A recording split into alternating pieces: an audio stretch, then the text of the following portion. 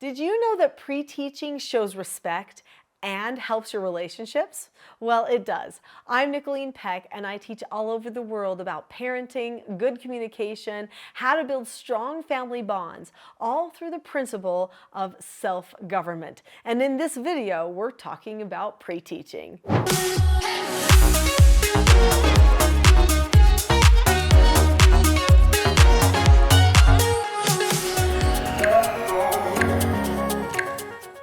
In this video, we're going to be talking about pre-teaching and then what it does for our connections with other people. Pre-teaching is not just for children, although that is usually how I am teaching the concept. The principle of pre-teaching, that's right, it's a principle, is actually for everyone. When you pre-teach someone, essentially what you're doing is you are preparing their brain to see a circumstance in a certain way. This is very helpful for a person who may have amounts of anxiety or feel a little bit unsure about new circumstances that might be coming up. But it also helps a person plan for themselves to succeed. Did you know that a really emotionally strong person pre-teaches themselves all the time? They will constantly be thinking inside, well, if this happens, I will handle it like this. If a person is angry at me, I will be calm by doing this. They are pre-teaching themselves inside, telling themselves what to say, what to think, what to do. That's what strong people do. And we can teach ourselves to do that, and we can help other people get in the habit of doing that by pre-teaching them as well. I've got to do a little shout out to my daughter, Paige. So Paige is great at pre-teaching. She's constantly pre-teaching her daughter, Clara, who's 20 months old. She's also pre-teaching her husband a lot. So she and her husband definitely process differently. They see things through different lenses, and they had different upbringings. So she recognizes that sometimes if she just throws something at her husband, which is definitely more her style, he might not respond very well to it. So instead what she does is she pre-teaches him first. If she knows that he's going to come home and see something out of the ordinary, then she's going to call him first and say, hey, just so you know, when you get home, we're in the middle of this or whatever, just so that he's ready to accept what other change he might not be anticipating when he comes in the door. Now, should a person develop some adaptiveness? Of course, but because he processes in such a way that he likes to know what's going on ahead of time, she just has learned that pre-teaching helps him better adapt. So we all process differently, and I think it's wonderful to see how respectful she is of him, because it definitely shows she understands him, she cares, and she respects him, and he responds really well to her too. He doesn't get frustrated and upset about new circumstances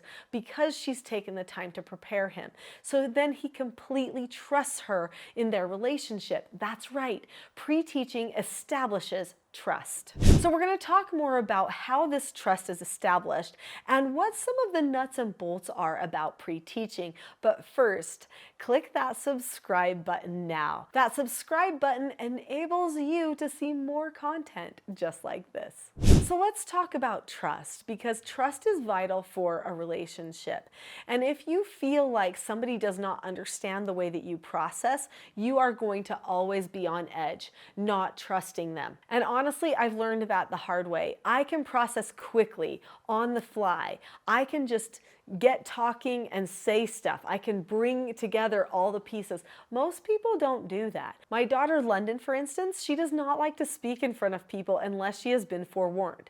Paige, on the other hand, will just stand up there and speak to anybody at any time. So she processes a little bit more like me. But London wants to have a moment to think, to prepare. That's just the way she processes. So if I remember that about her, then hopefully I can be more respectful. There have been a few times where I've put her on the spot, which is not altogether a bad thing either, because you can't get out of that when you're just living life. Sometimes you're put on the spot, but sometimes I've regretted putting her on the spot and not giving her just a little bit more notice, because she has felt like, Mom, I don't like it when you do that to me, and maybe has said to me later, could you give me just a little bit of notice, or could you have picked somebody else maybe? You know, that type of thing. Again, she's taken it in stride. She's been raised by two parents who totally live in the moment. We're very spontaneous people. We make changes quick. If we see that a change needs to be made, we don't spend a ton of time mulling over it. We just say what would be best and we make the change. But not everybody works the same way. Let's talk about pre-teaching. There's actually 3 different types of pre-teaching. I'm probably not going to have time to go into all of those 3 types of pre-teaching in this video. You can find out about the 3 types of pre-teaching at teachingselfgovernment.com, in my TSG parenting course, and in my other resources like the book Parenting a House United. But I do just want to talk about a basic pre-teach. So there's 3 types of pre-teaching. There's instructional pre-teaching, situational pre-teaching, and then prepping. The most basic of all the pre-teaching is the prepping. Now, you probably don't want to use prepping with children until you've already done situational pre-teaching, because situational pre-teaching helps them a little bit more to prepare for what to expect if things go right or if they go wrong. But a prep is very simple. What you do on a prep is you say to a person, hey, this is what's coming up. Do you remember how to handle this circumstance? Or when this circumstance arrives, then this is what you need to remember. So maybe I'm going to give a child an instruction to do a chore, for instance. I might say, hey, I'm going to give you an instruction. Do you remember the 5 steps for how to follow instructions? So that's also something that I teach in the Teaching Self-Government parenting model, is we teach children how to follow instructions. So they might say, yes, I remember that you look at the person, keep a calm face, voice, and body, say okay or ask to disagree appropriately. That's another skill that we teach. Then you do the task immediately and check back. Then I'll say, yes, that's right. Okay, I'm going to give you an instruction to do the dishes. Do you remember the steps to doing the dishes? And then they might say yes. And I might say, tell me those steps. And so then they'll tell me the steps for doing the dishes. Then I praise them again and then say, okay, I need you to do your dishes. And so then they go off and do the dishes. They come check back. They get praised again. Now that's a very simple way. I pre-taught them on how to follow an instruction, meaning brought it to their attention. I prepped them that it was coming and asked them if they knew how to do it. If they would have said no, I would have told them the steps and maybe even done a small practice with them. But then when I told them the actual instruction, I felt the need to pre-teach them again for how to properly follow through with that instruction. That's a basic prep.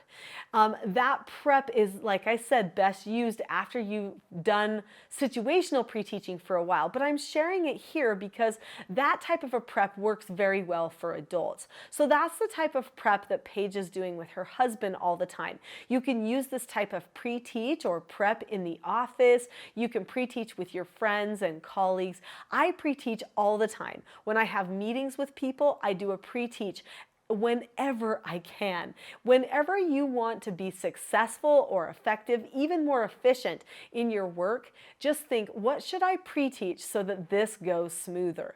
Just take a moment to ask yourself that question, and you're actually taking a moment to respect the other people around you. So about those other people, why do they respect you more? Because they know that you care enough to take that little bit of time to tell them what's coming before it actually arrives. It gives them just a split second to change the way that they're thinking so that they're more prepared. This will make them become closer to you because they trust you more and they know you care about them more too. If this has been interesting to you, I'm pretty sure you will love some of my trainings about calmness. And I have right now a Calm Parenting Toolkit that is completely free that I'd like to give you as a gift.